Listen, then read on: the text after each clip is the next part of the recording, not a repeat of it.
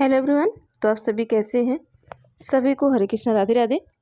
जैसा आप सभी को पता है कि कल हमने अपना प्रैक्टिस सेट स्टार्ट किया था। तो कल की क्लास में हमने आपको 10 क्वेश्चन कराया था। तो आज क्वेश्चन नंबर 11 से लेके चलेंगे। जैसा आप सभी को पता है कि जो आपका ईवीएस का प्रैक्टिस सेट है या जो ईवीएस का पेपर होता है वो आपको स्टार्ट होता है कहाँ से, क्वेश्चन नंबर कितने से स्टार्ट होता है आपको हम दिखा देना चाहते हैं। 61 से स्टार्ट होता है, ठीक है। तो ये जो पेपर आपका है क्लास 1 to 5 का है और ये 2011 का पेपर हम सॉल्व कर रहे हैं। इसके बाद 12 का करेंगे। तो कल हमने 10 क्वेश्चन पढ़ लिया था, मतलब 70 तक हमने पढ़ लिया था। आज 71 से हम स्टार्ट करेंगे। तो चलिए हम स्टार्ट करते हैं। क्वेश्चन स्टार्ट करने से पहले आप सभी को हम बता देना चाहते हैं, आप सभी एक पेन और कॉपी लेकर बैठा करिए। जितने भी हम निगेटिव और पॉजिटिव पॉइंट बताते हैं आप सभी लिख लिया करिए।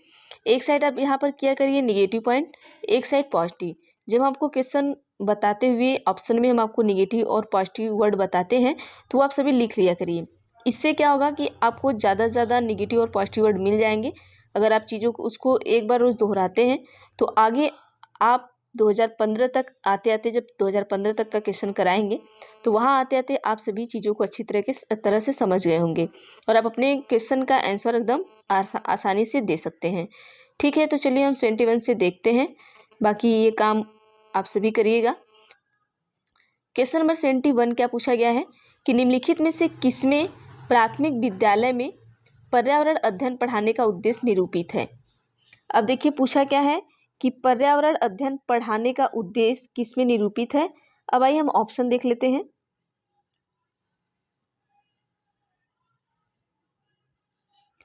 ऑप्शन 1 है आपका कि अपने ज्ञान का विस्तार करने के लिए बच्चों को सूचना देना कि उन्हें कौन सी पुस्तक पढ़नी चाहिए। ऑप्शन 2 है आपका विद्यालय में बच्चों के अनुभव को बाहरी दुनिया से जोड़ना। ऑप्शन 3 है आपका बच्चों को तकनीकी शब्दावली और परिभाषाओं से परिचित कराना। ऑप्शन 4 है आपका कि पर्यावरण अध्ययन से संबंधित तकनीकी शब्दों का आकलन। तो उत्तर दीजिए क्या होगा, उसके बाद हम आपको उत्तर बताएंगे। जैसा आप सभी डेली प्रैक्टिस सेट करते हैं आप उसी तरीके से करेंगे। पेन कॉपी लेकर बैठेंगे और अपने क्वेश्चन का उत्तर देंगे। जब मैं उत्तर बताती हूँ तो मिलान किया करिए, सही है या गलत है। सही होता है तो सही करिए, गलत होता है तो गलत करिए। बाद में लास्ट में आप काउंट किया करिए कि आपने कितना नंबर गेन किया है, ठीक है। तो उत्तर बताइए इसका क्या होगा।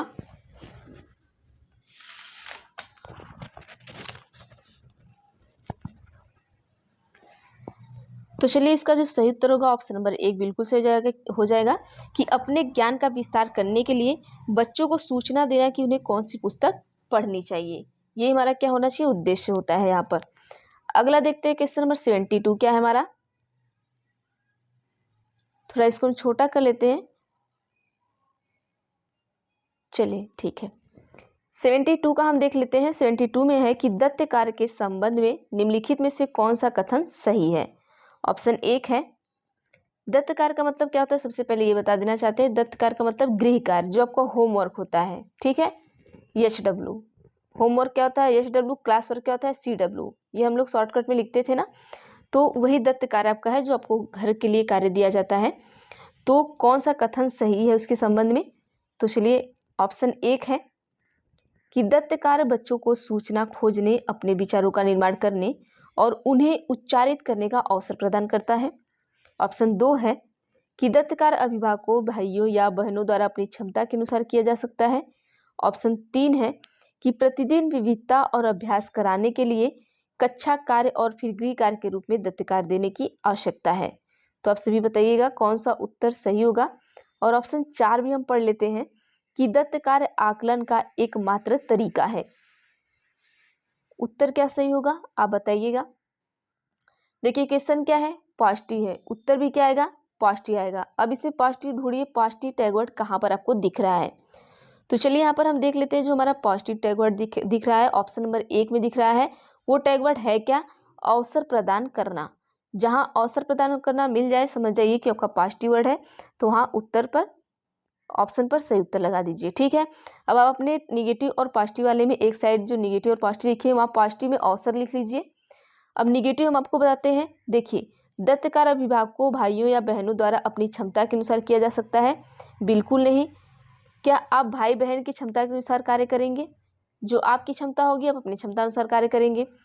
तीसरे ऑप्शन में क्या है कि अभ्यास के लिए कक्षा कार्य फिर गृह कार्य के रूप में दत्त कार्य देने की आवश्यकता है, बिल्कुल नहीं। ऑप्शन 4 है कि एकमात्र, जहां एकमात्र मिल जाए वो आपका निगेटिव है। अब देखिए दो चीजें यहाँ पर मिली, एक पॉजिटिव एक निगेटिव मिला, अवसर पॉजिटिव और एकमात्र निगेटिव, तो उसमें आप ऐड कर लीजिए आप सभी।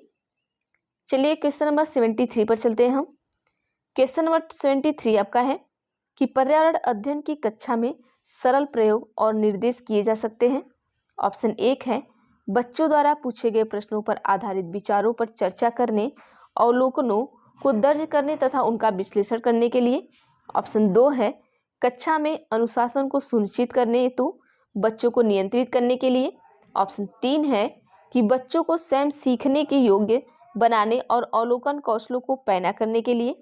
ऑप्शन 4 है कि उच्च कक्षाओं में क्या किया जाता है उसका अनुकरण करने के लिए। क्वेश्चन क्या पूछा है, ध्यान देना है आपको।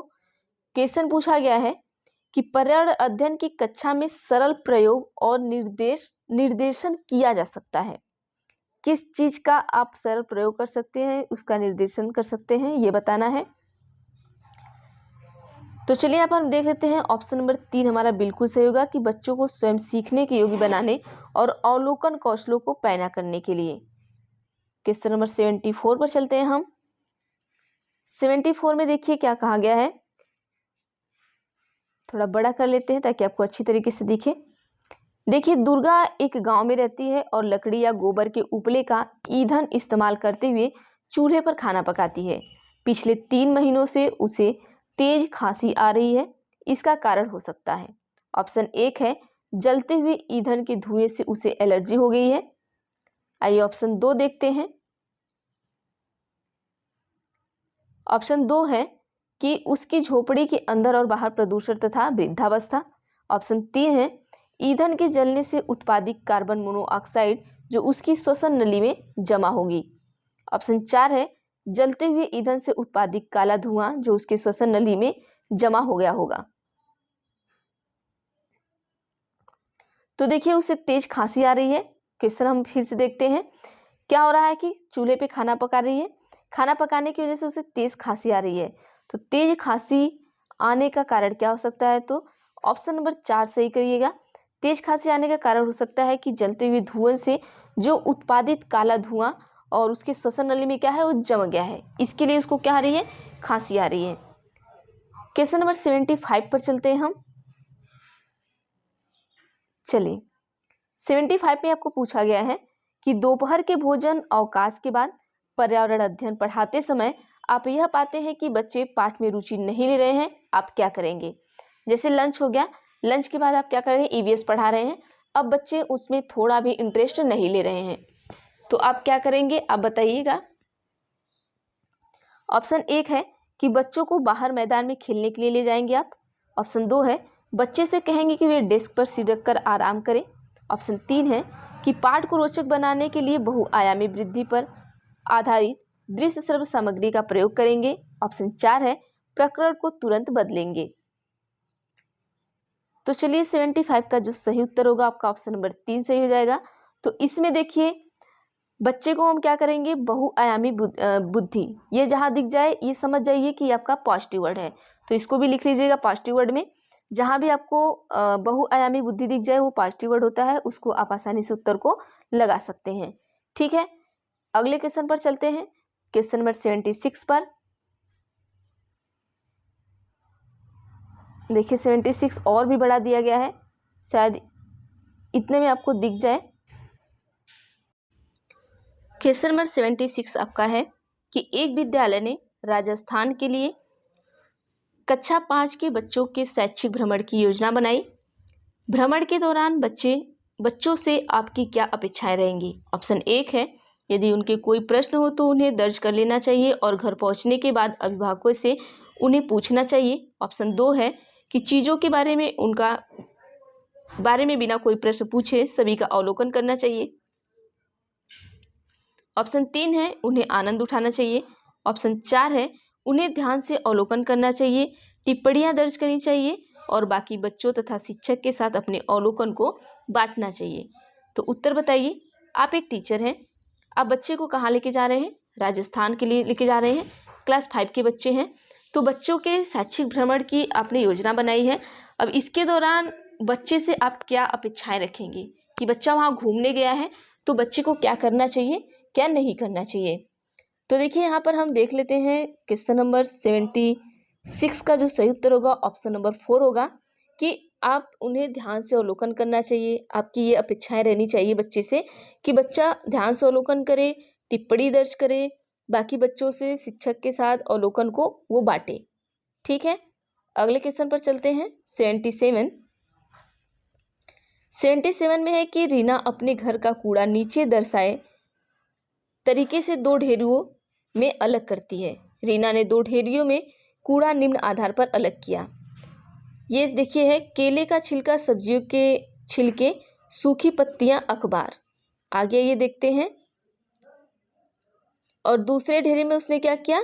जैम की बोतल डाला, सॉस की बोतल, उपयोग में लाए गए टूथपेस्ट और ट्यूब प्लास्टिक के खिलौने। अब आइए ऑप्शन देखते हैं क्या है। ऑप्शन में है कि घरेलू कचरा, औद्योगिक कचरा। ऑप्शन 2 है दुर्गंध रहित है। ऑप्शन 3 है अपघटित होने वाले, अपघटित नहीं होने वाले। ऑप्शन 4 है पुनःचक्रण किया जा सकता है, पुनःचक्रण नहीं किया जा सकता है। अब क्वेश्चन को एक बार देखेंगे और समझेंगे पहले इसको। क्वेश्चन में क्या कर रहा है कि रीना क्या करी है, 2 तरीके के कूड़ों को दर्शाई है और 2 ढेरियों को अलग करती है। रीना ने 2 ढेरियों में कूड़ा निम्नलिखित आधार पर अलग किया है। तो किस आधार पर उन्होंने अलग किया है? देखिए, एक में इन्होंने छिलका रखा है सब्जियों के सबके सारे, और एक में इन्होंने प्लास्टिक रखा है। तो ये इस आधार पर करती है क्योंकि एक में छिलका है, एक में प्लास्टिक है। तो यहाँ पर जो ऑप्शन नंबर हो जाएगा आपका, ऑप्शन नंबर 3 सही हो जाएगा कि अपघटित होने वाले और अपघटित न होने वाले। जैसे जो बॉटल होती है, इस तरीके की चीज़ें होती है, ये अपघटित नहीं होती। अपघटित न होने का मतलब होता है कि ये क्या है, मिट्टी में क्या है, सड़ती गलती नहीं है। बाकी जो छिलके वगैरह हैं वो सड़ गल जाते हैं।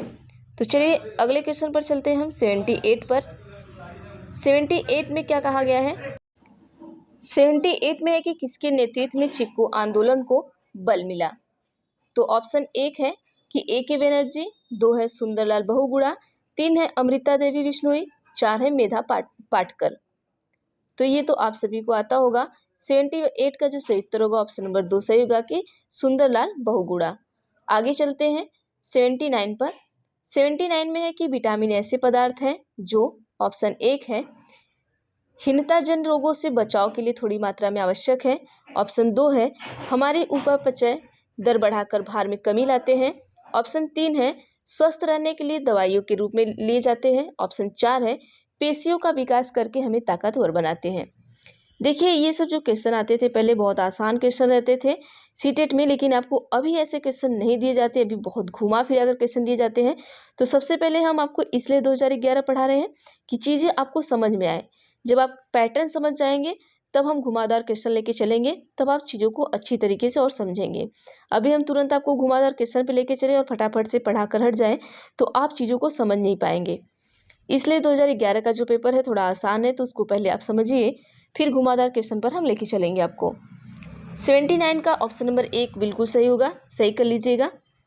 चलते हैं हम क्वेश्चन नंबर अपने लास्ट क्वेश्चन पर। क्वेश्चन है कि ग्रामीण क्षेत्रों में गाय के गोबर से झोपड़ी की दीवार और फर्श को लीपा जाता है। ऑप्शन 1 है फर्श को प्राकृतिक रंग देने के लिए। ऑप्शन 2 है कीड़ों को दूर रखने के लिए। ऑप्शन 3 है चिकना और साफ बनाए रखने के लिए। ऑप्शन 4 है खुरदरा बनाकर घर्षण बढ़ाने के लिए। तो उत्तर दीजिए क्या होगा। तो देखिए, इसका जो सही उत्तर होगा ऑप्शन नंबर 3 होगा कि इन दीवारों को क्या किया जाता है, इसलिए लिपा जाता है ताकि वो चिकना रहे और साफ रहे। तो ऑप्शन नंबर 3 को सही कर लीजिएगा। अब आज के लिए इतना करते हैं, बाकी 10th क्वेश्चन आपके 2011 के और बचे तो उसको हम कल कर लेंगे, फिर परसों से हम 2012 का लेकर चलेंगे। इस तरीके से हम एग्ज़ाम आते आते 2024 तक को टच कर लेंगे, ताकि 2024 तक के भी जितने क्वेश्चन हैं आप उसी घुमावदार क्वेश्चन को भी पढ़ के जाएँ, ताकि आपका कोई क्वेश्चन छूटने ना पाए। तो चलिए आज के लिए इतना करते हैं, बाकी हम देखते हैं नेक्स्ट वीडियो में। अगर वीडियो अच्छी लगे तो प्लीज़ वीडियो को लाइक कर लीजिएगा, चैनल को सब्सक्राइब कर लीजिएगा, बेल आइकन को क्लिक कर लीजिएगा, ताकि मैं जो भी वीडियो बनाऊँ आप तक ज़रूर पहुँचे।